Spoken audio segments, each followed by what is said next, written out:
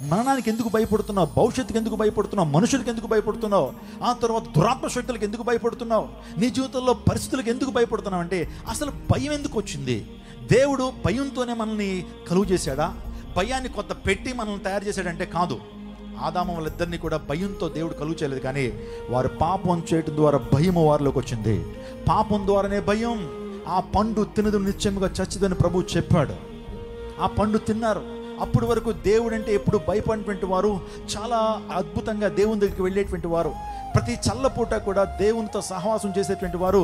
ఎప్పుడైతే పాపం చేశారో, ఆజ్ఞాతిక్రమమైన పాపం చేశారో, when they eat the forbidden fruit, ఎప్పుడైతే ఆ ఫ్రూట్ వారు తిన్నారో, వారు చెట్ల చాటున ఏం చేశారు? దాగుకున్నారు. ప్రభు వచ్చి అడుగుతున్నాడు, Adam where are you? Adam ఎక్కడా అని అంటుంటే, సో నువ్వు తినవద్దన్న పండును తిని భయపడి మేము దాక్కున్నాం. ఎప్పుడు కూడా భయం లేనకుండా జీవించేటువంటి వారు పాపం చేయడం ద్వారా, ఆజ్ఞాతిక్రమమైన పాపం చేయడం ద్వారా భయం